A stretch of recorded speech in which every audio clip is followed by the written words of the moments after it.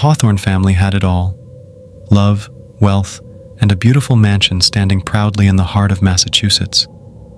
Sarah Hawthorne, the eldest daughter, was a college student with a bright future, while her younger brother Daniel was still in high school. Their parents, Thomas and Eleanor, were the epitome of love and care. House helpers bustled around the grand estate, keeping things in order. But their perfect life took a dark turn when Eleanor slipped from the marble staircase and became paralyzed. The accident shattered the family's joy. Eleanor, once a vibrant woman, was now confined to a wheelchair, dependent on everyone for her basic needs. Seeing their mother in despair, Sarah and Daniel left their studies, and Thomas took a break from his business to care for her. But despite their efforts, Eleanor felt like a burden, and in her darkest moments, attempted to end her life.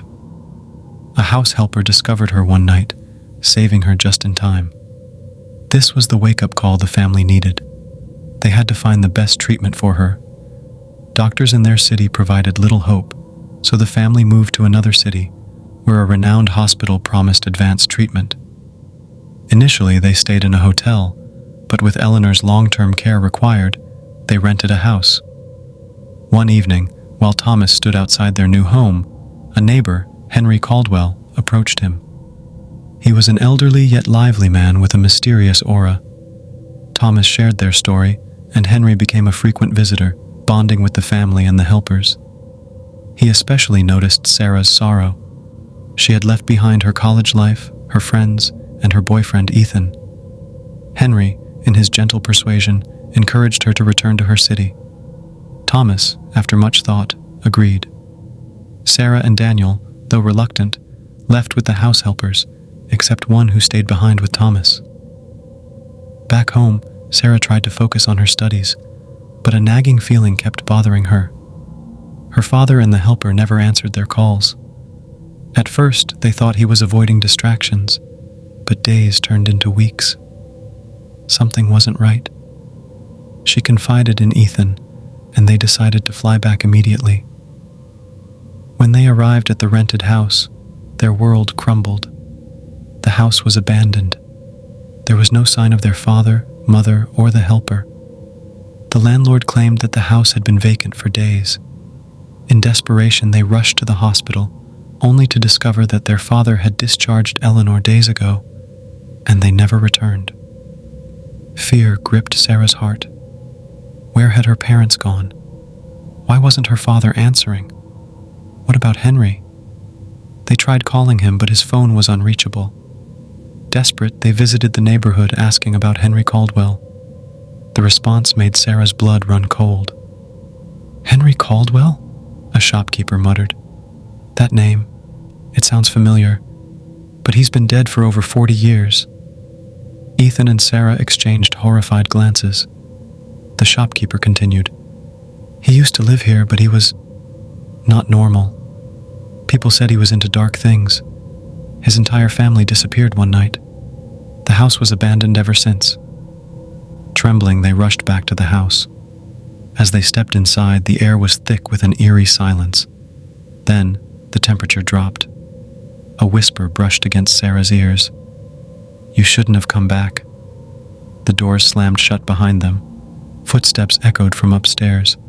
A shadow moved at the top of the staircase, a twisted, decayed figure. It was Henry. His hollow eyes gleamed with malice. I needed a family, his voice rasped. Your parents, they're with me now. Forever. A blood-curdling scream filled the house. Sarah and Ethan bolted, but the walls seemed to close in. Whispers filled the air. The house was alive, feeding on their fear. In a desperate attempt, they broke a window and leaped out. Gasping for breath, they turned back. The house stood eerily still, but through one of the windows, Sarah saw them, her mother and father, standing lifelessly, staring back at her with hollow eyes. They were trapped. Henry's chilling laughter echoed. You can run, but I will always find you. The house disappeared the next morning, as if it had never been there. The hospital records of Eleanor's discharge vanished. No one in the city remembered the Hawthorne family's stay. To this day, Sarah still dreams of the whispers, of the cold hands brushing against her, of the family she lost to a spirit that was never meant to be disturbed. And sometimes, when she walks alone at night, she hears a voice whispering in the wind, "You shouldn't have come back." But the terror didn't end there. Weeks later, back in her own city, Sarah began noticing strange occurrences. The lights flickered at odd hours. Shadows moved in the corners of her vision. The whispers returned, stronger, more insistent. One night, as she lay in bed, her phone vibrated. It was a message from her father's number. "Sarah, help us. We are still here. Henry won't let us go." Her blood turned to ice. Hands shaking, she called Ethan. But before she could speak, a cold breath grazed her neck.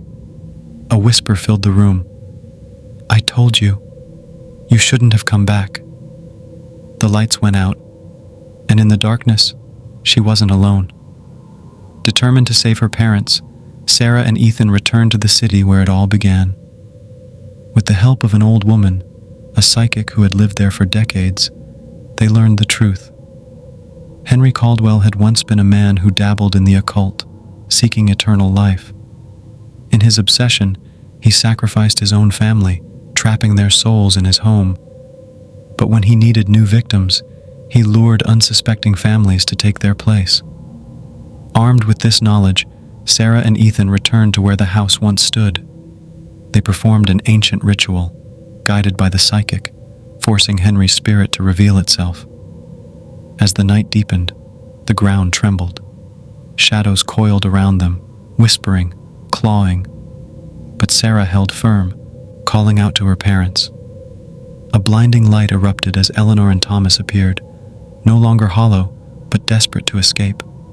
Henry screamed, his form disintegrating in the burning light of the ritual. The house reappeared for one final moment before collapsing into dust, releasing the trapped souls. Sarah rushed forward as her mother's fragile hand reached out to her.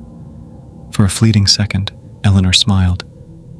"You saved us," she whispered, before fading into the wind. Tears streamed down Sarah's face. Her parents were gone, but they were finally free. Months later, Sarah stood at her family's grave, a bouquet in her hand. The wind howled softly, but for the first time, there were no whispers. She turned away, knowing they were at peace. And this time, when the wind brushed against her, it was warm,